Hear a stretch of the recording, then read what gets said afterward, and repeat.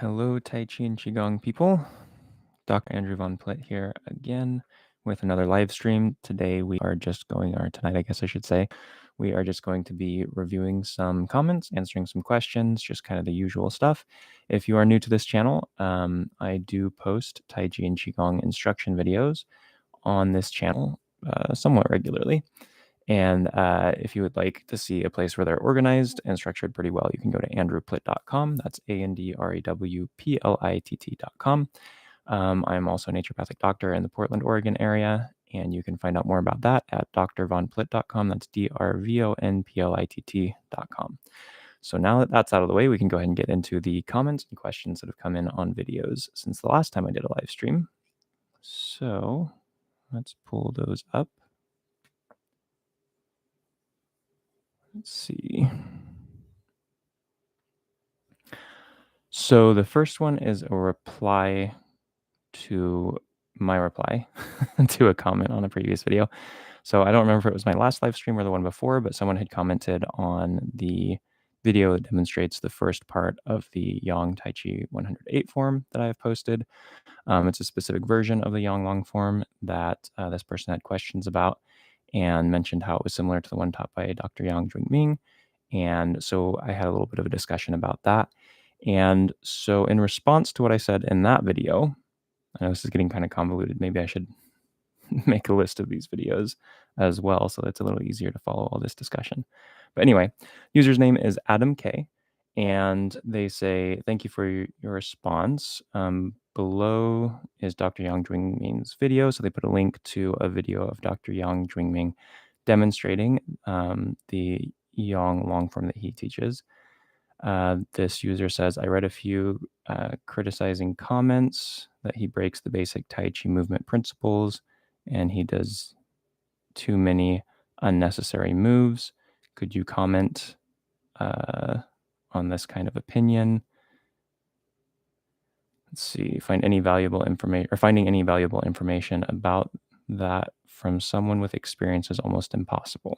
Okay, so I guess the question is, Adam K read some comments on this video by Dr. Yang Jwing-Ming, basically saying that the way he does the form is violating Taiji principles and that there's unnecessary moves in the form, and wants to know what I think of that.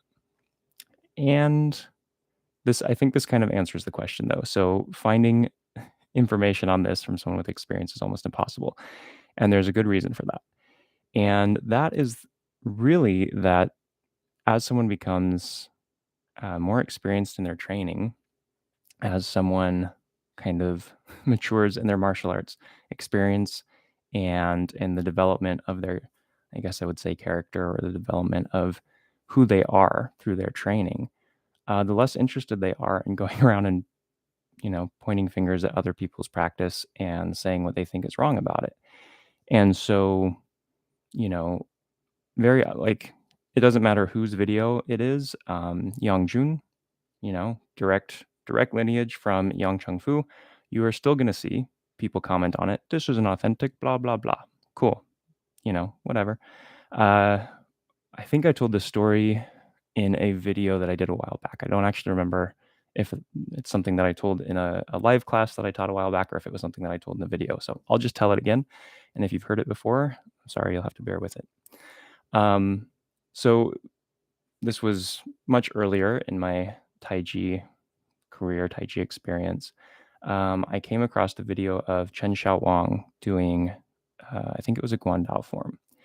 And I was just enjoying watching it because it's Chen Xiaowang doing the Guandao form. I'm like, oh, this is great. So I'm watching it. And then I started scrolling through the comments and I was blown away. Like almost 50%, if not more, of the comments were like, he doesn't know what he's doing, blah, blah, blah. Like, my teacher says you should do it this way. Oh, he isn't a real, like, he's a fake and blah, blah, blah, and all this stuff. And I was like, like, what? Like, who, I don't know. Everyone has their opinions, and that's how life is. And I'm sure there are people who strongly believe that Chen Xiaowang doesn't know what he's doing, and there are people who believe that those people they strongly believe that those people don't know what they're doing. And that's just how it is, right? And it doesn't matter who the person is, whether it's Yang Jun. I bet if they found a video of Yang Chengfu, if such a thing existed, doing the yang form, there would be people who'd be like, wow, he's terrible at this. It's like, you know, reading a comment section basically is not a good place to go if you're looking for meaningful commentary on how good someone is doing something. And so, yeah, the reason it's difficult to find meaningful commentary on Dr. Yang Ming's form in that video from experienced practitioners is because they're busy refining their skill. They're busy refining their art. They're busy working on themselves and helping their students. And they're not interested in going around and watching someone's video and being like, he doesn't know what he's doing. I know what I'm doing. You should listen to me.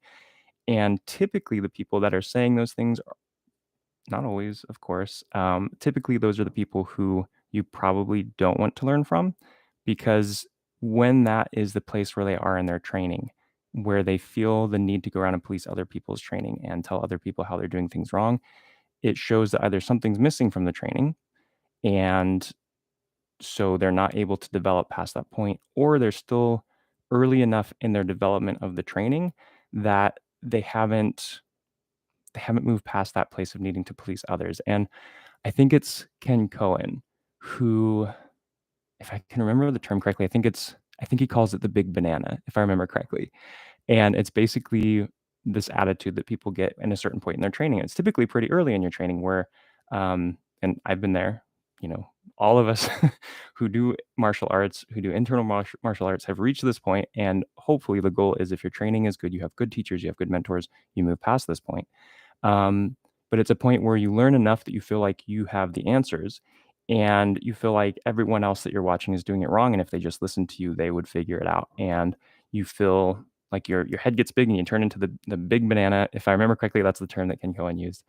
And it's just like you're, kind of just full of yourself. You think you have all the answers and you know it all.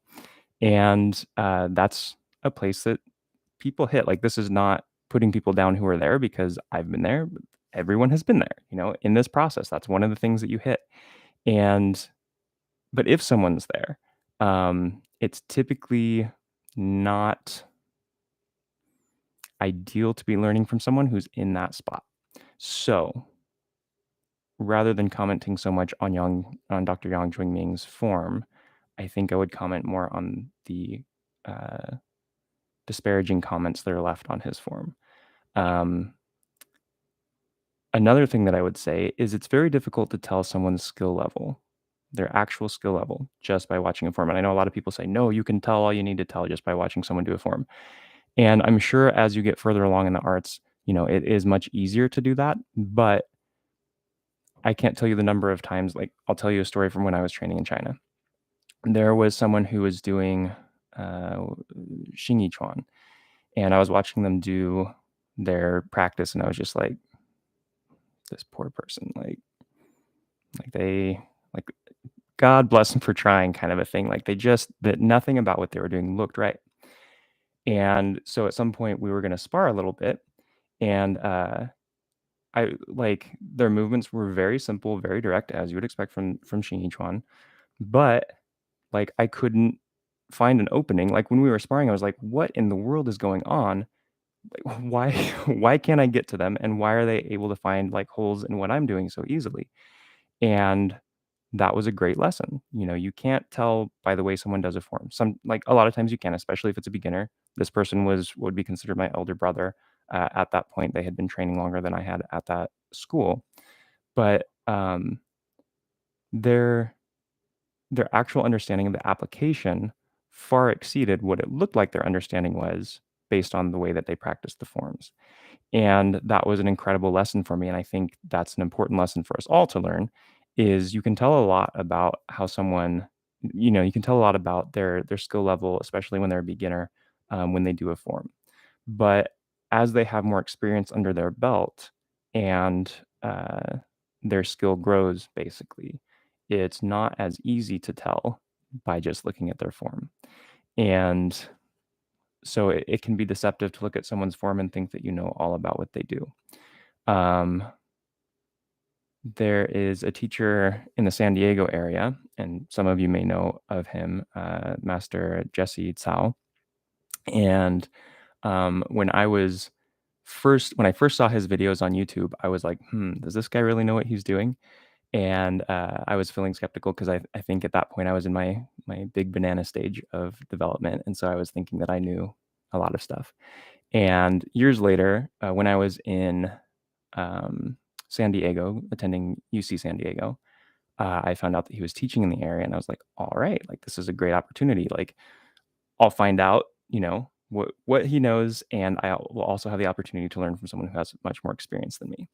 So I went to his push hands classes, and I have to say, like, it was so phenomenal to learn from him. Um, and like the skill that, like, when you touch hands with him, it's like you feel it. You're like, okay. Like the idea of the steel wrapped in cotton or steel wrapped in wool. You feel that very clearly when you're touching hands with him. And his students are all just like phenomenal, like very skilled. And that was another thing. I think that had more to do with the fact that I was very inexperienced, still in Taiji the first time I saw one of his videos. Um, and so it was hard for me to, really judge things. Now when I watch his videos, I'm like, of course, he knows what he's doing. The skill is obvious. But it's hard to tell, especially when you're inexperienced, what someone's skill level is by watching them, and you won't know until you touch hands with them. And so it's possible for, people to look at Dr. Yang Ming's videos and poke all kinds of holes in it and be like, well, he made this mistake, and or he's moving too much. Like there's too many movements there, too many movements that don't need to be there. And, what it comes down to is when they touch hands, like, when they're doing the push hands, you'll find out who has the skill. And it's not really worth it to me to go around and poke holes in someone's form or try to find, you know, problems or be like, "Oh, look right there, like structure's kind of out of place there," and that kind of stuff. Because honestly, that's them, that's their skill, that's their art, that's what they're working on. I have plenty, like I have enough to work on on myself. I have enough to do in my own training, enough to refine in myself that it doesn't make sense for me to spend time trying to poke holes or criticize other people's forms.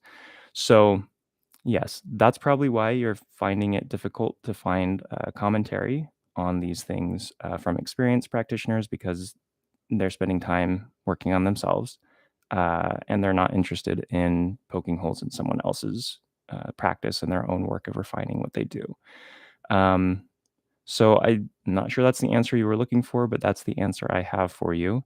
I hope that's helpful, and I wish you all the best. Thank you for the continued conversation and the commentary, Adam K. And I'm going to roll on to the next comment here. That was kind of a long-winded answer. I apologize if that was too much. All right, let's see here. So follow-up comment from LEMHF.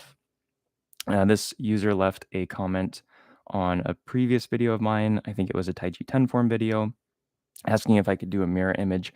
And I kind of misunderstood the question, so I answered it long-windedly, as I seem to have a habit of doing.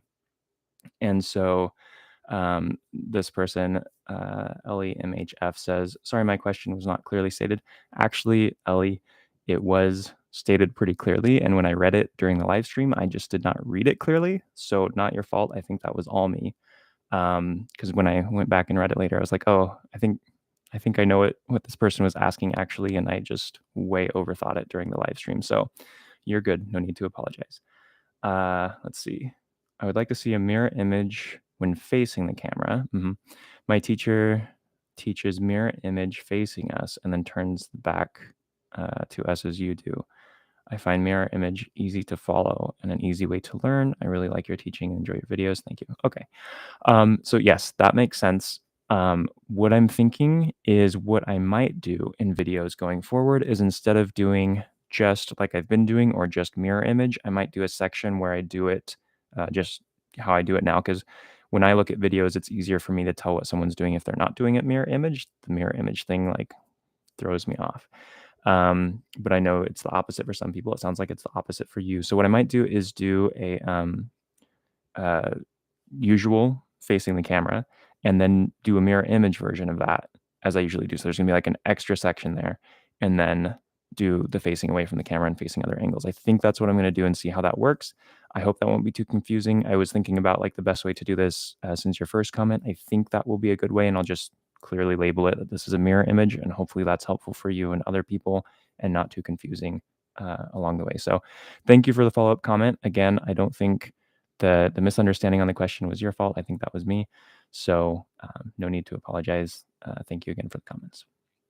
And I'm going to roll on to the next comment here. Let's see. This one is from Kirk Mills. So Kirk left a comment on a previous video, and he sent me an email with a kind of an outline of like a taiji training sequence with like video series that I've done kind of laid out in order and with links to them. So it was kind of an easy way to just kind of go start to finish and just work through a bunch of stuff and kind of keep track of where you are. And I thought that was pretty cool. I commented on that, and I think it was the last live stream.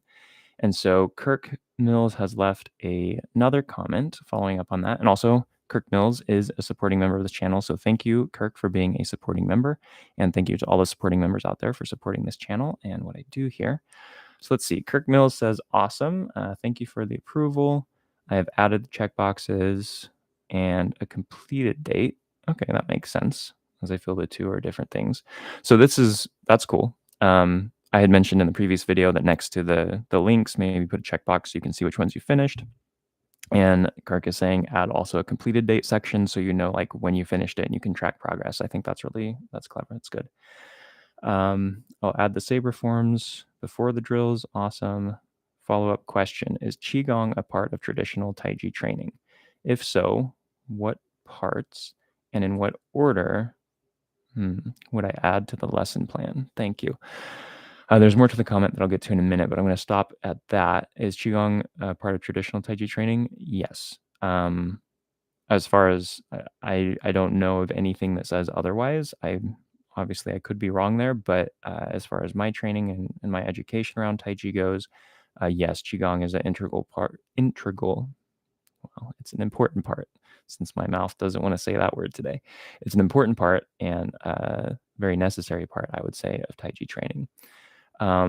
What parts? So I'm guessing there you're saying like what less or what Qigong exercises are important to Taiji training. I would say the most foundational, basic, and most important for your Taiji training is standing post Qigong. And that's something that should be a part of your training from the beginning and for the rest of your life. Like it's integral to Tai Chi because it teaches you as they go on ad nauseum in the standing post Qigong series. It teaches you foundational core principles, structure, central equilibrium, all the things that you need for your Taiji structure and principles to be in place. You're basically instilling them in your body when you do standing post Qigong. And that's not even talking about like the I guess energy or power development that you get as a part of that training. So yes, that would be probably the most important one. One of my favorites is Pengen Qigong, and that one is half standing post and half circle walking. So it's a mixture of some Bagua elements with some standing post elements. And if I remember correctly, the inventor of that set of Qigong was a Xingyi and Bagua master, and he kind of put those things into his standing post Qigong, and it's a phenomenal training, but it takes time to learn that. Like there's more to it. There's a pattern, a sequence of standing post postures that you hold, and so like there's more to it. You can kind of get into just standing post, just basic zhang a lot faster, and kind of incorporate that in your training faster without having to learn a whole nother kind of set sequence thing. So while it is one of my favorites, I wouldn't say that it's absolutely necessary. Like you'll do just fine if you do standing post.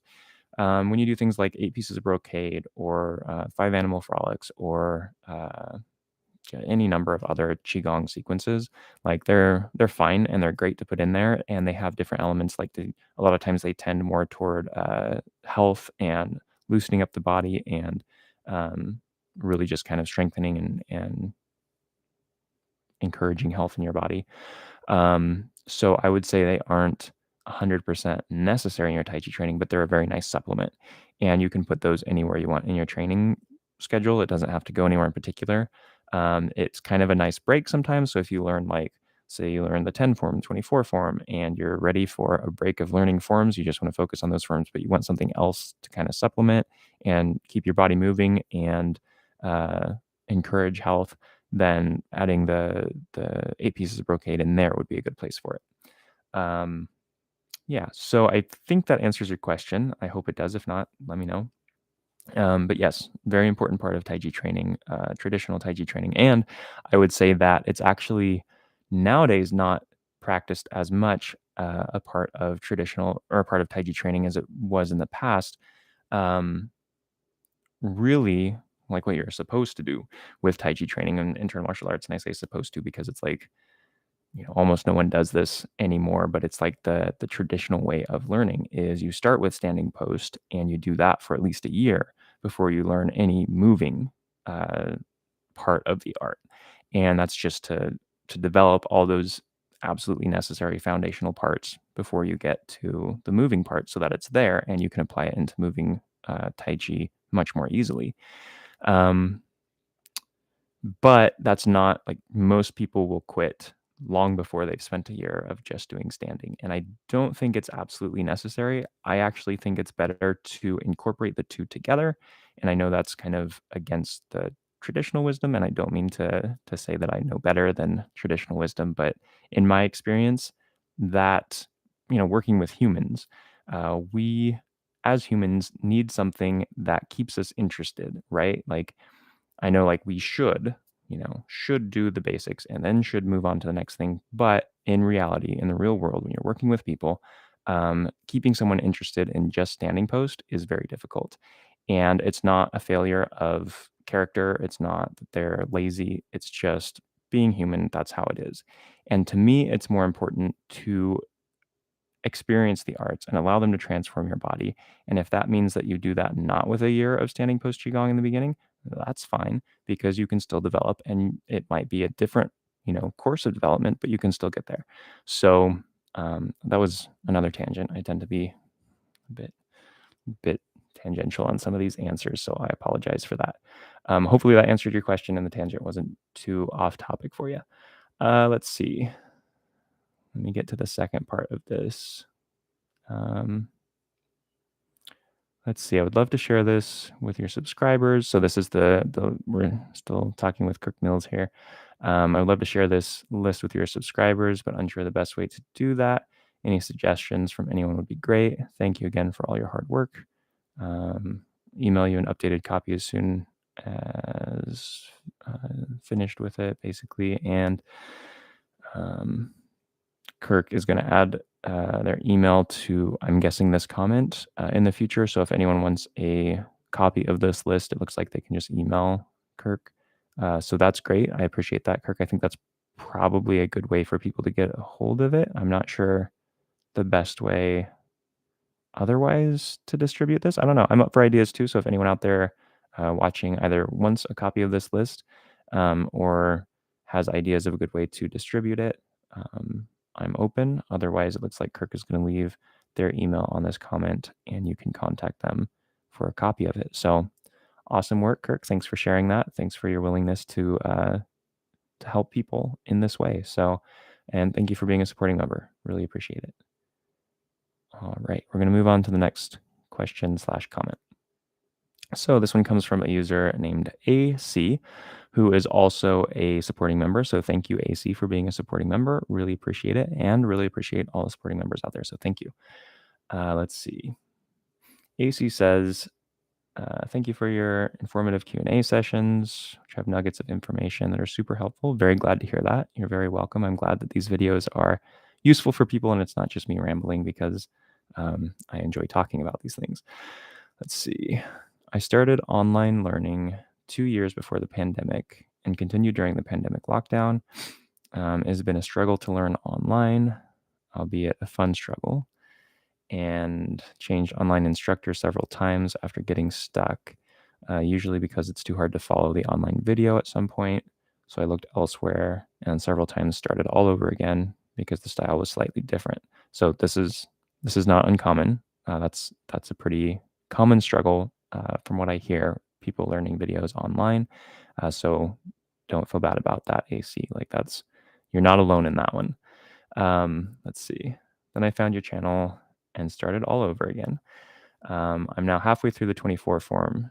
2 questions. Well, first of all, congratulations on being halfway through the 24 form. I'm very glad to hear that it's making sense, at least the first half of it, and has been useful for you so far. Let's get to your questions here. Okay, so question 1. I'm about to buy the Mastering Yang Style Tai Chi book. Is it correct to assume the instruction given for each individual form in the book can be applied to the 24 form practice? So I'm really glad you asked this question before buying the book. Yes and no. And the reason I say that, I'm gonna make this so I can see the video here, so I know what I'm actually showing you here. So this is the book that is being talked about, the Mastering Yang Style Taijiquan by Fu Zhongwen. This book is there's a link down in the video description where it's an affiliate link where you can pick up a copy of this, and it helps support this channel. So if that's something that you want, awesome. Yes, so this one is much more in line with the traditional Yang Chung Fu expression of the movements. And so it's going to more closely match what you see by Yang Jun. That's not wildly different from what I do in the 24 form, but it's a little different. So there are subtle things that will be different. It's going to be helpful overall for Yang style Tai Chi. It talks about the principles, like the 10 principles dictated by Yang Chung Fu. It gives illustrations of the movements. But even the illustrations of the movements, like I wouldn't call this book something that you could like learn a form from. And it also doesn't have the 24 form in it. It is the long form, the 103 form. I don't think that's how it's counted in this book, but same form, just counted differently. So I think it's a good resource for anyone that's learning the 24 form. It's a good resource for anyone learning Yang style Tai Chi, but I don't know that you could directly use the descriptions of movements in that book with the 24 form, although you could get the same principle, the same essence of the movements from the description in this book and apply it to the 24 form. I hope that answers your question. Yeah, I think that's what I have to say about that. I think it's going to be a useful book regardless, but the descriptions are going to be slightly different because, of course, there's variations in movement and nobody does the same thing exactly the same, although a lot of people like to. So, it looks like Kirk Mills left some comments during the video. He says, "Hi, Andrew. Awesome. I will add it to the lessons. Awesome." And yes, it does. So it makes sense. Cool. Glad to hear it, Kirk. Thanks for commenting, for jumping in there. Okay, so that's question 1 from AC. Let's find question 2 here. There we go. Secondly, I gather it is best to learn from a master, but how do you find one? That's a good question. Do you have any tips on what I should look for in an instructor, and also the best way to find one? I live in New York, so I'm sure that there's many instructors available, probably a lot, and probably some pretty high quality instructors in New York. I just need to be sure how to go about it and how to know if I will be a good fit. I'm a senior, but anticipate and look forward to many more years of learning and growth in Tai Chi. Awesome. Any guidance would be greatly appreciated. Regardless, I will continue to learn from your wonderful videos. So clear, precise, great angles, and much easier to follow than in-person instruction because I can stop and replay as needed. Thank you in advance for your helpful advice. All right. Well, I am very glad to hear that the videos have been so helpful for you. And this is a great question. And I know I tell people all the time, you need to find an in-person instructor, but that can be difficult. And one thing that I would say, first of all, is most schools will offer like a free lesson or a week free or something like that. I don't know about New York specifically, but most places that I have been or seen advertisements for will do that.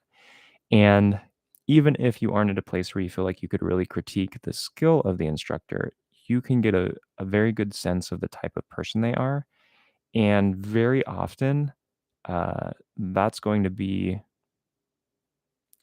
almost more important than that they're at the highest level of their skill. And the reason I say that is because as long as they're teaching things in a safe way, so they aren't asking you to do things that are causing like a lot of pain in your body or making you feel like you're not in a stable stance or going to easily fall over, or hurt yourself, or something that's just like this doesn't feel right. Very often, your gut feeling and just being aware of what your body's saying, how you feel after the training, is going to be a very good guide for whether they're teaching you in a safe way. Um, and so, like, that's the number one thing is, are they teaching safe?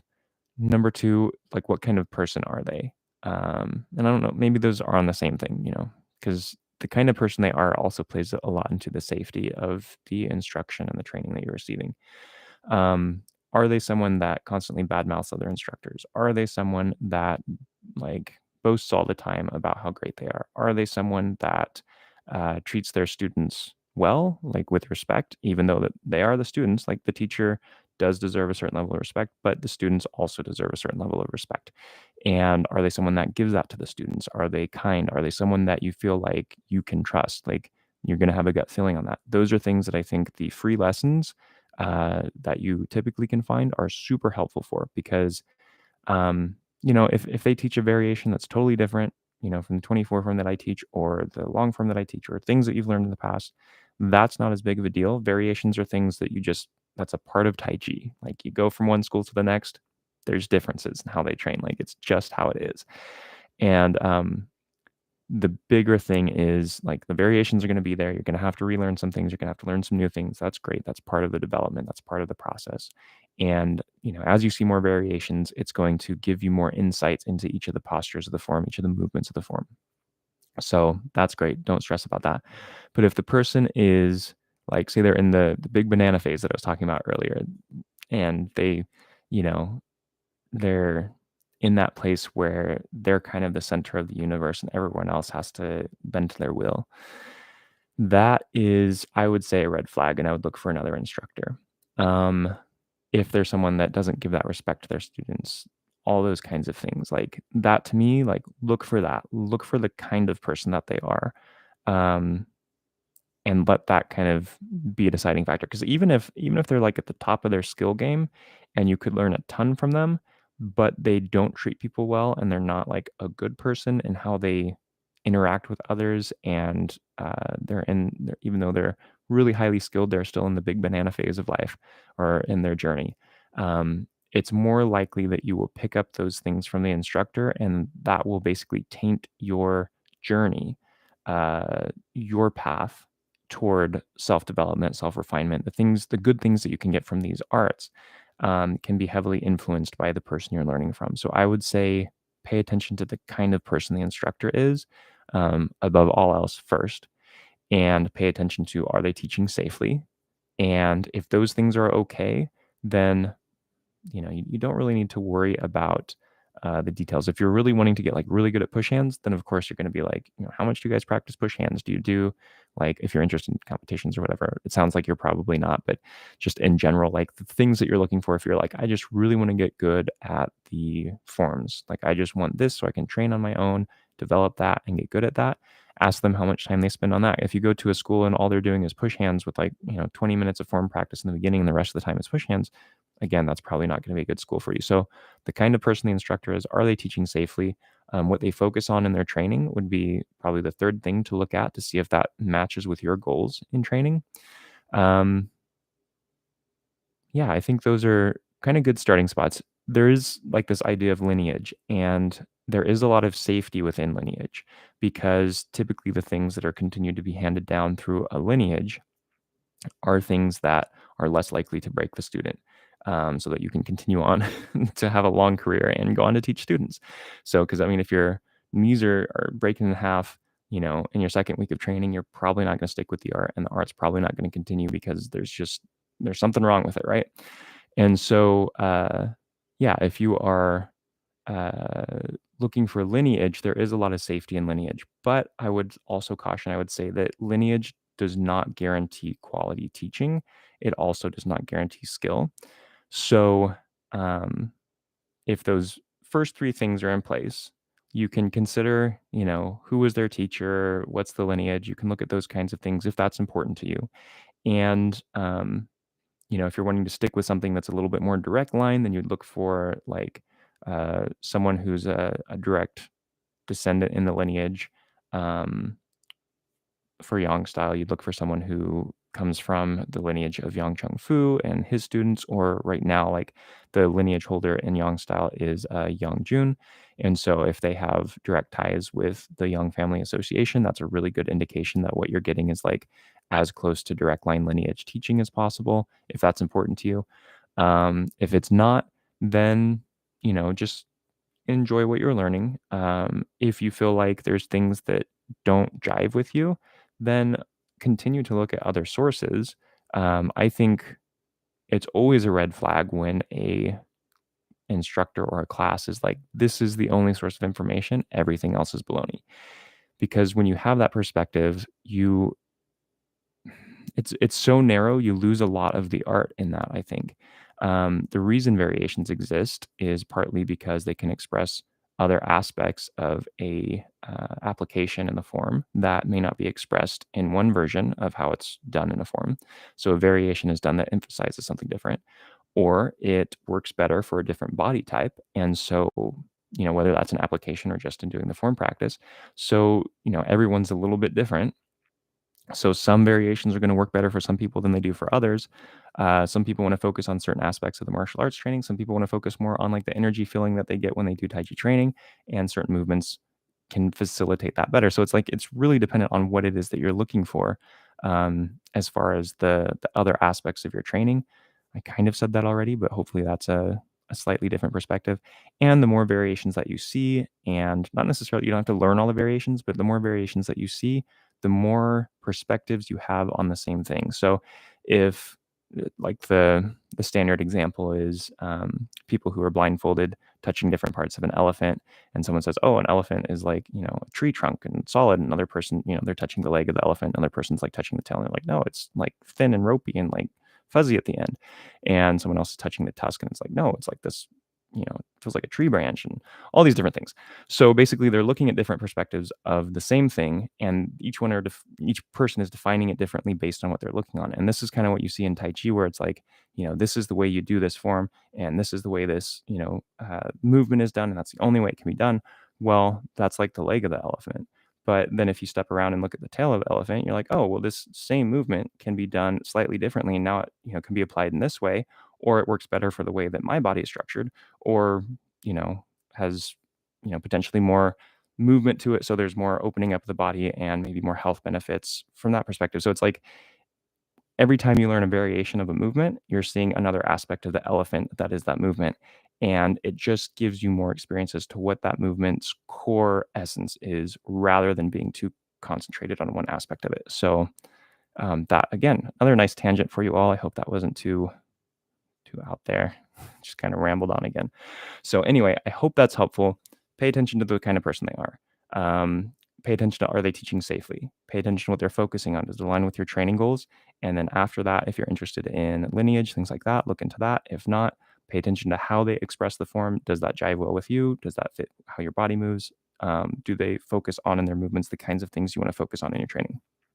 So I think if you start at that those basic guidelines, that will be helpful in deciding if the school you're looking at is a school that's a good fit for you. Also, one more thing. Okay, just realized, pay attention to the students. Like what kind of people are the students? And I don't mean like what kind of people, as far as like what they do for work or something like that. I mean, are they happy to see a new face in the class? Are they friendly? Are they people that are wanting to help and have like a good spirit about them, or are they people that are angry and aggressive and want to just fight you, kind of a thing? And it's like, if you're wanting to get good at fighting, being around people who like fighting is not a bad thing. But you can also like train together and train fighting without like hating each other and without having like unnecessary aggression toward one another. You train hard, you have the aggression when you're doing partner training and you're doing martial arts training. But when that stops, all that aggression should go away and you should be friends and you should be good to each other. And so is that how the students are acting toward one another? And if they are, that's a good reflection on the global environment of that class and that school. And if they're not, even if the instructor seems like a great person, I don't know if I would stay there. So that's one more thing to add to the list. Anyway, I'm going to move on. I hope that was helpful. I hope that gives you some good guidelines for when you're looking for an instructor, when you're looking for a school. Thank you so much for the comment. Thank you for being a supporting member. And I wish you all the best in your training. Keep up the good work. All right. So we have another comment. Oh, looks like something came in. Let's see. The anti-master. Gratitude, Andrew. Your instruction is highly relevant and useful for me and my students. I'm so glad to hear that. Thank you so much for sharing that. It's my hope that these videos make a difference for people. And so thank you for sharing that. That's great to hear. All right. And we have one more comment on a video that I'm going to get to here. This one is from Aaron Kensington, who is a subscriber to this channel. Thank you so much, Aaron, for being a subscriber, if I can get that word out. And thank you to all the subscribers out there for being subscribers. I really appreciate that. I'm going to get a little bit of water just to ward off any chance there we go. Ward off any chance that Kermit will join us today. All right. Hydrated and ready to go. So let's have a look at Aaron's comment. Aaron says, I am a very recent subscriber and also very new. Also very new to Tai Chi. I'm taking a weekly class for beginners in quotation marks, but I'm really struggling. I'm sorry to hear that. I'm glad that you're in a class, but I'm sorry to hear that you're struggling. We're about to have our fourth class and are already learning the second half of the 24 form. So that's fourth class. That's a pretty fast pace. I can see why you would feel like you're struggling in that. That's moving right along. And I haven't had much success yet learning the 10 form. I can do the movements themselves, but the choreography is just leaves my brain almost immediately. I've practiced and practiced your 10 form videos, but once I'm done and tried the sequence on my own, it's like I've never heard of them. Got it. Do you have any suggestions for me? I can't spend hours practicing, almost 70 years old, but it's very discouraging and frustrating when I feel like the entire class of beginners is mastering the 24 form and I'm still trying to go from repulse the monkey to brush knee and push, parting the horse's mane. Thank you for any help. Okay, Aaron. Well, I'm sorry to hear that you're having kind of a frustrating experience with learning Tai Chi right now. It sounds to me like that class is going at warp speed right now. To be on the fourth lesson and halfway through the 24 form, I think it took me almost 2 years, if I remember correctly, to get my class all the way through the 24 form. It was either 1 or 2 years just to get through the form, and we were meeting at least once a week. So, and that's not because they were slow students. Like, these were great students. They were very motivated, lots of fun to work with.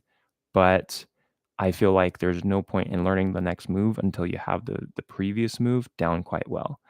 So it sounds like this class is moving pretty fast, and that might be great for some of the people in the class. I guarantee you no one in that class is mastering the form right now if they're halfway through the form on lesson 4. They may have the sequence of the movements down, but there's no mastery that's happening at that speed.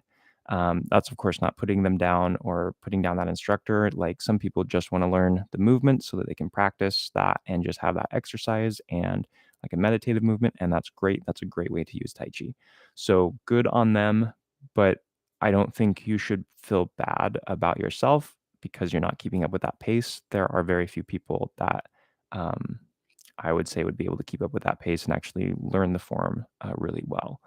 So having said that, don't be down on yourself. Also, with learning the 10 form at the same time as the 24 form, I feel like learning 2 forms at the same time can be a little confusing. So while you're in the class, it might be a good idea just to focus on the class and focus on doing the 24 form and practicing that with them. And when you're not there, as much of it as you can remember, practice at home. If my videos are close enough to how they teach the 24 form, you can use my videos to review those movements to follow along with. If it's different enough that it's going to throw you off, ask the instructor if they have a video that they would recommend so that you can follow along when you get home. Pardon me. Excuse me. So that's what I would say about that is I would probably pick one or the other and stick with that because the cross training of two different forms can get very confusing. And that's even like when you've been doing Tai Chi for a lot of years, it's easier to keep forms a little bit compartmentalized. Um, but but when you're learning two forms at once, there can be this crosstalk of trying to figure out what your body's supposed to do next. And it's best to just have one sequence that you're working on. So that's one piece of feedback that I would give. Uh, for feeling like the choreography moves your brain almost immediately, that's not uncommon. There are plenty of students that feel this very same thing, and for some of them, they just prefer to follow along, right? So they'll either have a video or they'll show up at a class that does the movements, and they just follow along. And when they're at home, they'll do as much as they can remember, and whatever they don't remember, fine. That's what they could remember, so that's what they got for practice, and then they go to classes where they can just follow along and that gets them the benefits of the movement of Tai Chi. It helps work it into their muscle memory, and eventually they can remember more. But they're totally fine with just following along, and that's not a bad thing. That's not something to be ashamed of. If that's you, if you want to just follow along with something, great. Just follow along, get the benefits of the exercise, enjoy the movement, and that's great. That's something that's worthwhile and worth doing. If you are someone who really wants to memorize movements and you don't want to have to follow along, you have a little bit of a longer road ahead of you because anyone can show up and mirror what someone else is doing. Almost anyone can. I don't want to be too generalized in these statements, but almost anyone can show up and do that. But it's much more difficult to integrate those movements into yourself so much that you can be the source of the information. So if that's what you want to do, then I would say you're already at parting the horse's mane on the 10 form. I would say go back to just the beginning movement, and that is your focus for the next like month. Like really, like that's what you do. And it seems kind of ridiculous. And it's like, oh, but it's just this one movement. But if you do it and you do it and you do it until you can like do it in your sleep kind of a thing, then you don't have to worry about that one and you can focus on the next movement. And so you go into brush, knee, and push. And so then that's your movement. And that's your movement for like a month. And you always start with, begin Tai Chi and then you go into brush, knee, and push. If you're doing the 10 form, that is. And that's all you do. Like that's what you do for a month or 2 months or however long it takes for those two movements. And it's not like this isn't a race. You're still getting benefit from that practice. It's not a bad thing to spend so much time. In fact, I would say you would get much more out of your training if you spend that kind of time on each movement than you would trying to learn the whole form and just like kind of blowing through the movements, just going fast. So that's what I would say is like you do things and you do them and you do them until they're a part of you. And then you add another piece. And now you're doing a whole, all of it together. The part that's a part of you, the part that's becoming a part of you. And you do that until it's all a part of you. Then you add another piece. So I would say that would be my approach. That would be my recommendation as far as how you progress.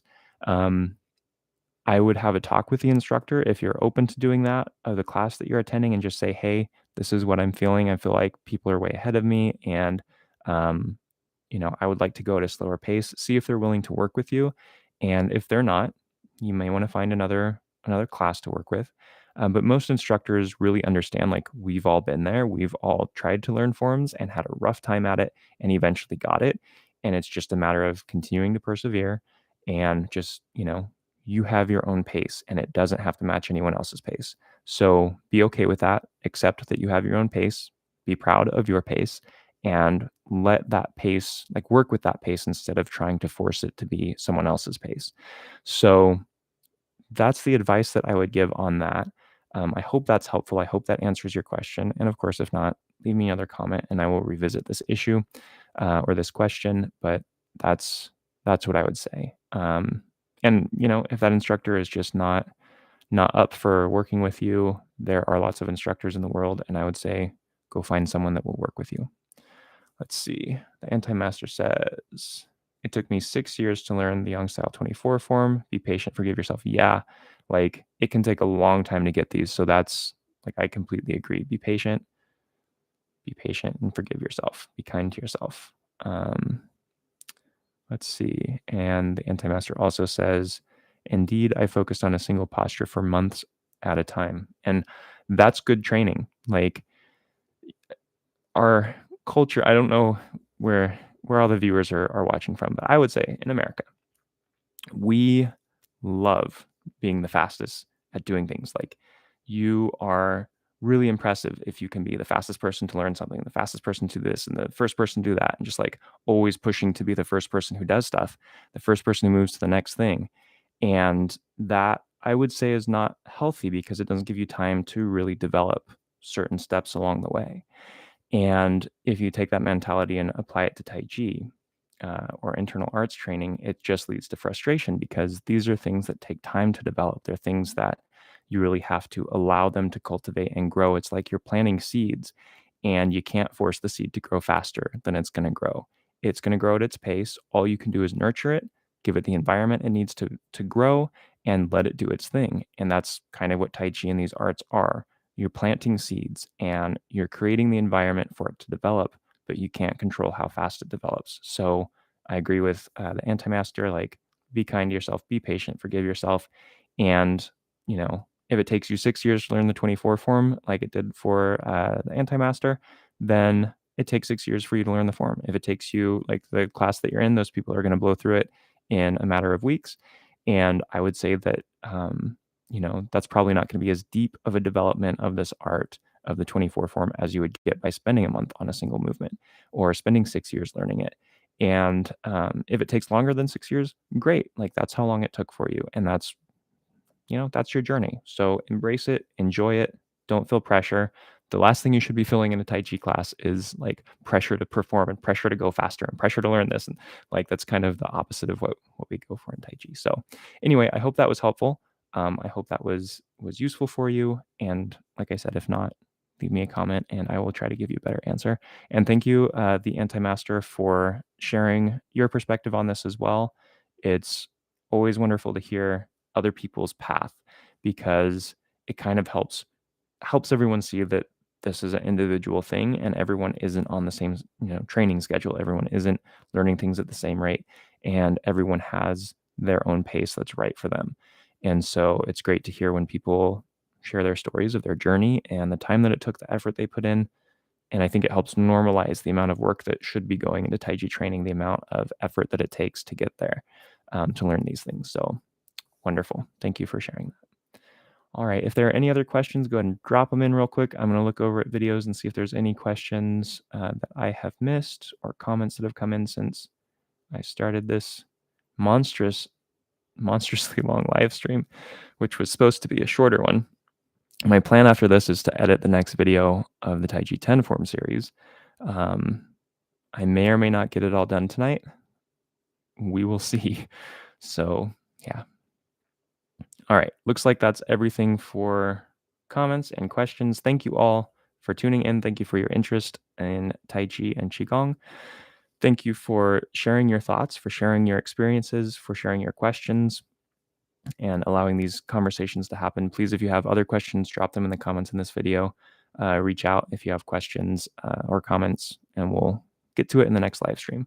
So again, thank you all for your interest in Tai Chi and Qigong. Thank you all for your enthusiasm. Thanks for tuning in, and I will see you next time.